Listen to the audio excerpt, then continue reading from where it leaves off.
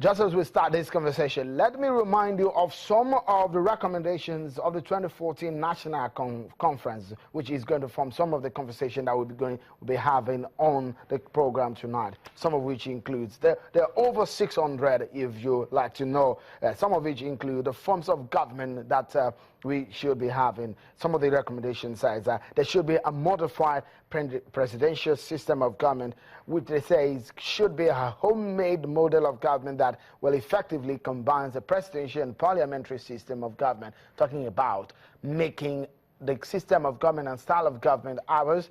The president, they also said, should pick the vice president from the legislature, very similar to what you will find in the United States. What about the legislature? Cutting costs seems to be at the center of these ideas. They said the president should select not more than 18 ministers from the 6 geopolitical zones and not more than 30% of his ministers from outside the legislature. They also said they will reduce cost of governance by pruning the number of political appointees and using staff of ministries where necessary. What about local governments? Recommendations are also that bicameral legislature, but on all elected members of the legislative arms of the tiers of government should serve on part-time basis. Okay, that's part of the legislature.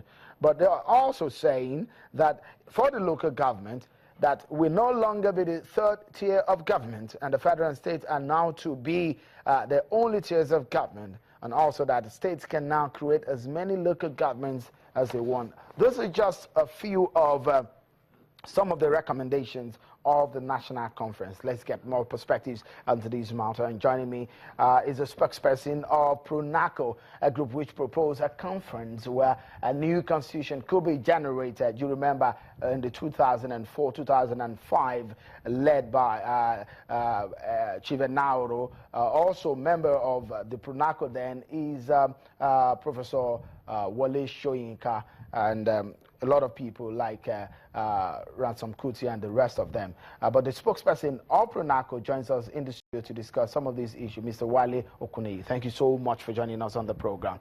It looks so much that this kind of conversation has come up in Nigeria so many times that I can't remember. From 1998, when the military was preparing to hand over power to a democratically elected government where Olusegun Obasanjo came in. During the Olusegun Obasanjo era, the government, we've heard so much from PRONACO, and now we are back again talking about restructuring Nigeria. Looks like a deja vu, isn't it? Yeah, we never get off that. That's certain about Nigerian politics, because the structure of Nigeria is such that it's not suited for the kind of diverse constituent unit you have.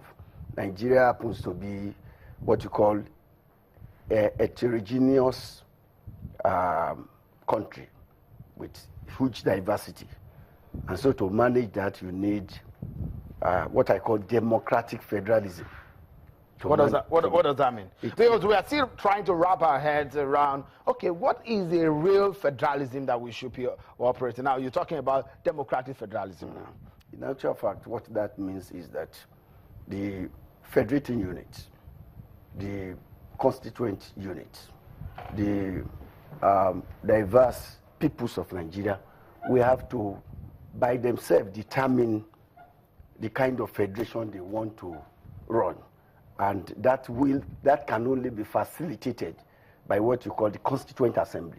So it means that there must be a democratic forum, in which case the people elected to do so, will have to sit down. In form of legislature or in form of an assembly? Assembly. It's called Constituent Assembly. That is the conventional body that can decide the structure of any country. That is I stand to be challenged. It's all over the world. But we always like to mirror our style of government after the United States. Not necessarily so. No. We've always tried to do that. Not necessarily. We've always tried to do that. Okay. Since 1999. We've always said we've tried as much as possible in every tone and every color of it. We've tried as much as possible to mirror the American federal system of government. Yeah. But this Constituent Assembly that you're talking about, is it present in some of these countries? It happened even even in 1776, when America was to adopt its constitution, people were selected to go to what you call Constituent Assembly, an assembly that will give unto the federation a constitution. But in Nigerian case, after the military interregnum, you find out that there was no real Constituent Assembly. The military under Abdul Salami Abubakar merely selected people to go around and then panabit what you have as 1979 Constitution with 1989 and then 95 Constitution of Abacha, and then gave us a constitution. No government, not even democratically elected government, can give a nation a constitution. It is an aberration. Not even the present government. Not even the president. We've had interesting constitutional development from Macpherson to Clifford to Littleton Constitution up to the recent ones, the 1979 and the 1963 and all of that. But again, all of those, we really had an opportunity as a country to really sit down to formulate a constitution for ourselves. Not so. Isn't that a major problem for us? It is. Because a lot of people will ask, is it the problem of the federalism that we operate, or the problem of the fact that the constitution that we have? Essentially, it's about the ownership of the Nigerian constitution. The Nigerian people can sit down in the Constituent Assembly and decide whatever they want. They may say they want a unitary system. So be it. If they decide at that conference. So the essential problem you have is one, self-determination problem, which doesn't exist. The constituent unit cannot decide what they want. And the other thing is that the Nigerian people do not have the ownership of their constitution. So they were foisted at every point. All of these points you have mentioned, the Nigerian people I'm not certain how diverse we are compared to the the United States.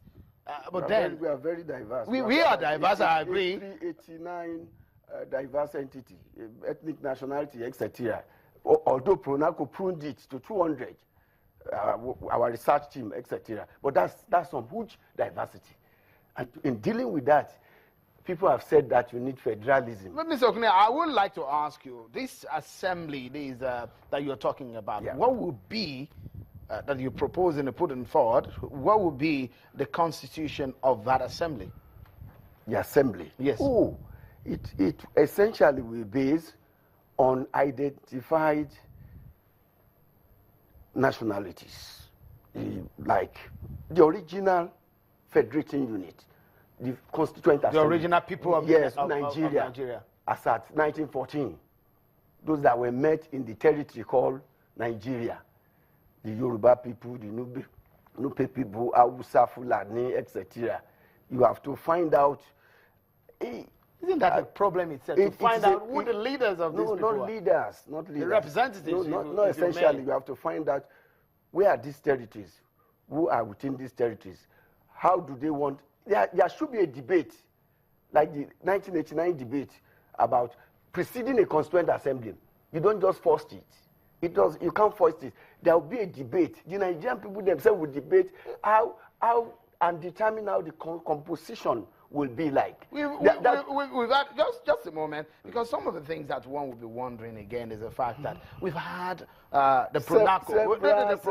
Pronaco has come forward. The Pronaco is an independent the 2005 conference also came forward, and we had the 2014. We've had a lot of debates. All right, but just we'll take a moment, and you will tell me where all these reports are hanging, and we've wasted so much money on it. They're not surfacing.